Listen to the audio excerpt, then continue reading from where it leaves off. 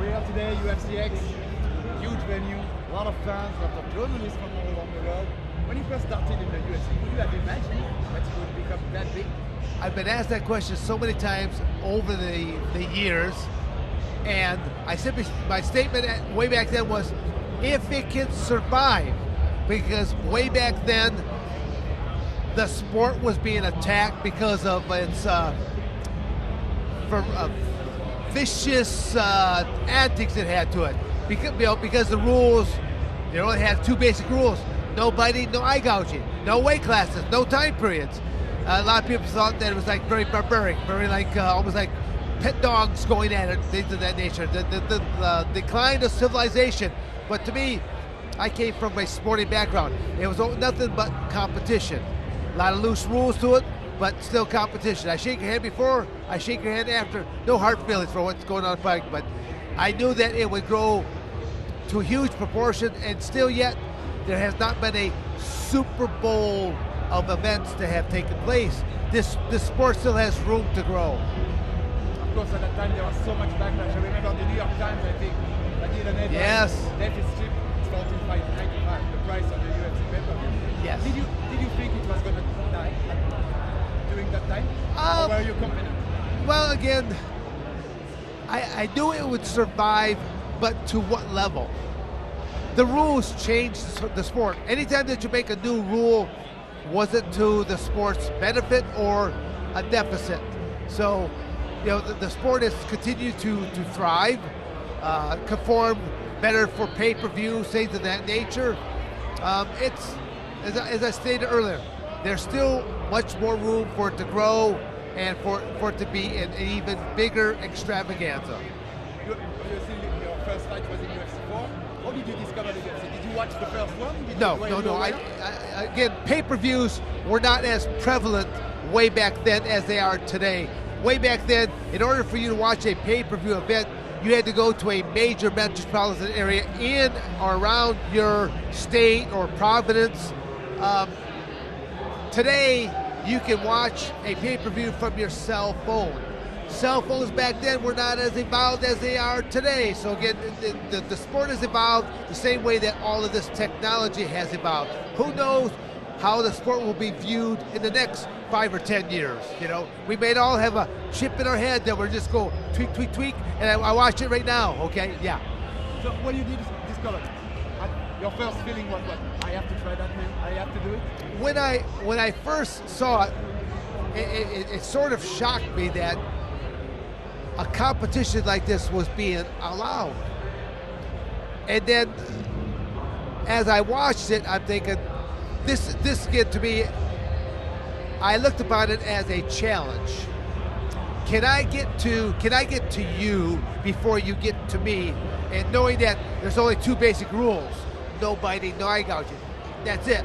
So again, I looked at it as a game of chess where checkmate's gonna hurt a little bit, but that's really how I looked at it. So when I decided to do it, I was attempting to get into UFC number 3, but it was so close to that time frame that I could not get into that. So UFC number 4 was my first event, and I'll just say the rest of it is history for what happened from that point on.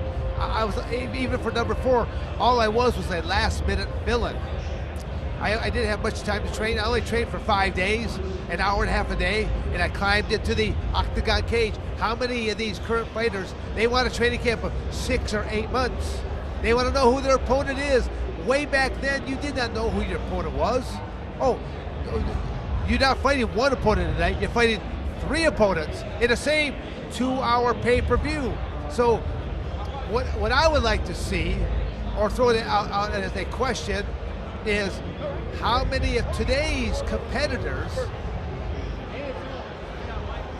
and you can't even put it like that, how could you put today's competitors, how many of them would be able to show up on a Friday night press conference? You meet your athletes for the first time ever. First time ever, Friday night, they're gonna pull out a bingo ball machine. That's how you find out who your first opponent is. And then match number 2 or 3 is whoever won between these two guys or between those two guys. That It was a whole different time era. You could never even come close to setting the same tone, but you still could do an 8-man tournament.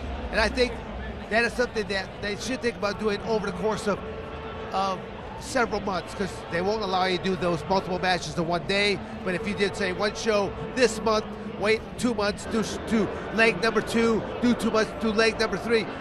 They could do normal UFC shows, but then have this tournament event as well. The first time you stepped your foot into that octane, yes. Was it so much different from everything that you did in combat sports? Were you even some kind of afraid because that environment was so different? No, my U.S. experience did not prepare me properly. My international competition experience trained me a whole lot better, because the United States is not liked by a lot of different countries. Again, whether it's for right reasons or wrong reasons, because everybody, I should say every country spews their own propaganda, whether that's positive or negative propaganda. And let's face it, you know, America stood for freedoms of so many different types of things that you could do. Well, Russia wasn't happy with this, and the Chinese were not happy with this. I mean, so we're not liked by a lot of people. And I'll say that my international wrestling experience of freestyle and Greco-Roman prepared me way better for the octagon than anything else I had ever done before. What I wanted also to talk to you about, you are the first world-class wrestler who came to the UFC. Correct. You opened the door to Mark Coleman, a lot of guys. Yes. Still today, there are a lot of wrestlers. Wrestling is so yes. important to me today. First of all, did you realize that you were changing the game by bringing that wrestling? And with the years now passed, do you see that made a huge difference technically to have those great wrestlers? It did, but at the same token, understand even today's rules. Today's rules still are. I was a one-trick pony. I was just a grappler. I'm not going to win matches with my hands, my feet, my knees, and my elbows. I'm not a striker. You get one chance to strike me, whether it's with a kick, a knee, an elbow, whatever. You get one chance. Then the moment I clinch you out in the open, or I jam you up against the cage, or I take you down, I have nullified 90+% of your techniques that you can do. Because all strikers need room to move, to throw punches, knees, kicks, the whole 9 yards. The moment that somebody has clinched you, take you down, or jammed you up, they have nullified so much. So I always tell people, the moment I do one of those 3 things, my skill set is just commencing. You have people like Mark Coleman, who has been named like the godfather of ground and pound. Very barbaric, but oh so effective. To take your fist and to simply hammer fist right down and hit you somewhere around that neck, head, face region, you know, very effective, very effective. And even today, is that still not used a great deal? Yes, it is. Elbow smashes, elbow uppercuts, stuff like that, but to the head, extremities, yes. I find it amazing. The final of UFC 4 is you against Royce. Yes. It's basically Brazilian Jiu-Jitsu against wrestling. One of the biggest fights that we could have this year is Charles Oliver against Islam Makhachev. BJJ against wrestling. They are more complete than they were back then, but it's still those two. Do you think that those two are still the most important tools for a UFC fighter? Well, I still say you still need to know something about striking, because you know the matches start on your feet and you have to close that. So if you can learn something about the striking element, even again knowing that if you're so strong in your jiu-jitsu, if you're so strong in your wrestling, you still should learn something about striking so that you can get that clinch or that takedown without taking any damage in the process. You may actually damage your opponent to where if he's a little woozy when you take him down, you'll even get that much better position quicker, you know. So I look at that. I will come across as being biased. If I can still take someone that has a much stronger grappling background and has some type of striking survival type ability, they will prevail as a champion more than not. Well, for you, I know you talked about it a little earlier, but the codified rules, the unified rules. Yeah. Is it the most important thing that ever happened for the survival of the MMA and UFC? And it going mainstream? Yeah, I would say that, yeah, no, it was again, I call making compromises. the time limits. Before it was unlimited time. So by limiting the time, bringing that referee in more with more rules to make it look more civilized than what it is. Now the sport is when we're here at UFC 10, for the International Fight Week. It's when you see where it started from and what it has grown to today, it's going to grow that much bigger. It could grow tenfold to what this is right now. It'll be the rules that will either make or break the sport. But they need to bring in more educated people to help make these rules. You're speaking to a competitor. I already know right now a couple of rules that you could do to change the sport that would make it that much more electrifying to the spectators. I will tell you. But to all you business people out there, DanSevern.com is how you get in contact with me, because I'll bring that knowledge to you. Like you tell, you were a champion in a time when there was no weight class. What is the biggest difference between you and an opponent physically that you ever had in the UFC? What's the biggest difference? Oh, weight difference? Yeah. Oh, well, my biggest weight difference ever was in my amateur wrestling career. Weight-wise, I have gone up against people that outweighed me by 200-300 pounds. No, but in the UFC. Oh, UFC, no, I can't. I don't remember. I can't get it. It was still unlimited even then, but I'd probably say safely, 100 plus pounds, something like that. Technically, how do you judge the evolution in the UFC? We talked a little about it, but for you, those guys are way more complete than you were back then.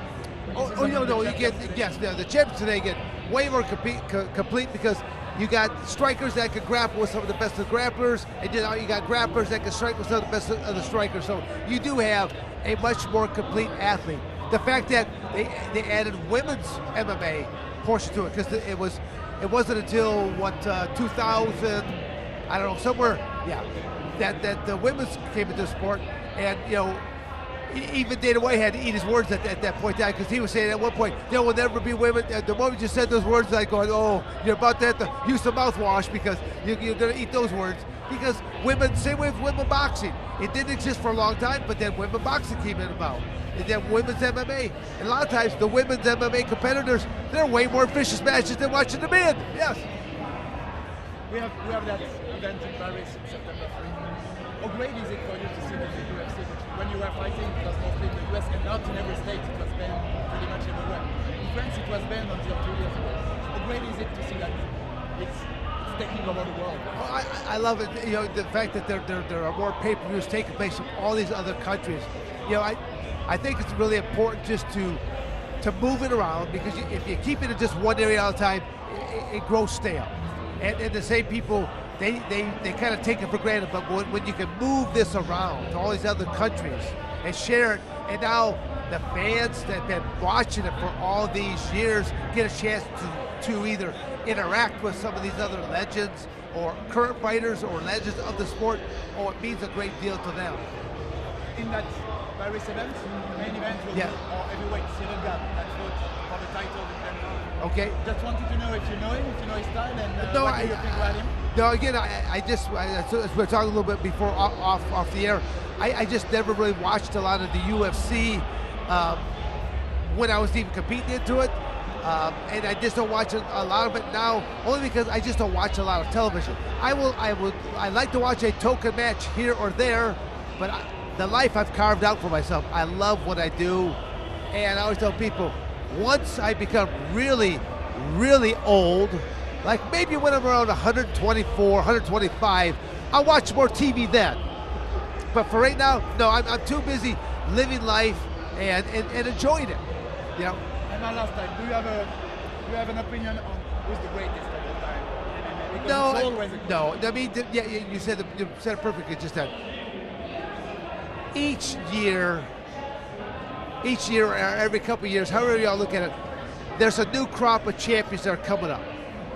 Because a lot of times people ask me, well, Dan, back in your prime, I go, stop right there. You never saw me in my prime. My prime was from 1984 to 1986. The UFC didn't exist then. But that was Dan Severn's prime. As an amateur wrestler, I destroyed anybody and everybody, especially for those 2 years right there. If there had been a cage event on top of that, oh my God. They would have had to come up with a much better name than The Beast. That would have been a pussy name way back then for me, you know. And I forgot that last one, but what was it to be a UFC fighter back in the day? UFC 4, UFC 5, UFC 6? First of all, did people recognize you in the streets and say, oh, that's a guy I know from the Well, how much were you paid at that time? Okay, what were the two questions? How much were you paid? Oh, be a fight. And did people recognize you in the street and you're the UFC? Only up until maybe 2 years ago, I ceased to color my hair.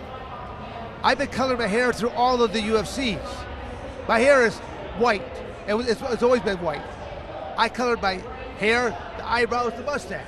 Because psychology-wise, if you walked into a cage and you looked across and you saw a white-haired old man, will you be as intimidated as if you saw a dark-haired, dastardly mustached man? No, because psychology 101 is part of the fight game. A lot of fighters don't understand the art of psychology. How to win a match before the match ever takes place by how you carry yourself, what you say, what are my actions. My words are the last thing they're ever going to hear. So I'm big about the psychological aspect. As I said earlier, to have 100+ matches, do you see any cuts on me? Do you see a broken nose? Do you see missing teeth? Do you see cauliflower ears? No. Why? Because I protected myself, knowing that my career would only be so long, and then afterwards I'm going to go do something else. And were you recognized in the street at that time? At that time, did some people around UFC 4 or 5 thought, oh, it's the guy from the UFC? Yeah, no. Well, even today, it surprised me. Now again, we're at a special event. Now, back then, I was recognized more, probably because of the dark hair and the dark mustache. But being at an event like this today, you have got people all around you that are looking towards you, they're waving towards you, they're wanting you to sign this, they're wanting to take a picture there with you. So here you're at an event that's catering towards all the people that love this sport here in the first place. It's so great to speak to you, and I think about that. And again, on your first match at UFC 4, yes, the 2 back suplexes. Yes. Did you realize I'm changing the game, guys? No. Oh, again, the person that you're talking about is Anthony Macias, who I went up against. That was my very first match ever. Now the thing is, had I been able to do the very first move, my first move was a belly to belly, but he was coated in baby oil. So when my hands went around his waist, when I went to throw him, my arms swooped from his waist up to his armpits. So when I threw back, I actually hit my own head. Had I done that first throw, match might have been over right there, because I know how to throw people, and he was a very light man. It would have been a whole lot easier. When I could throw 400+ pound man, throwing a man that weighs under 200 pounds, piece of cake all day long. Thanks, my man. That was great talking. All right, you're welcome.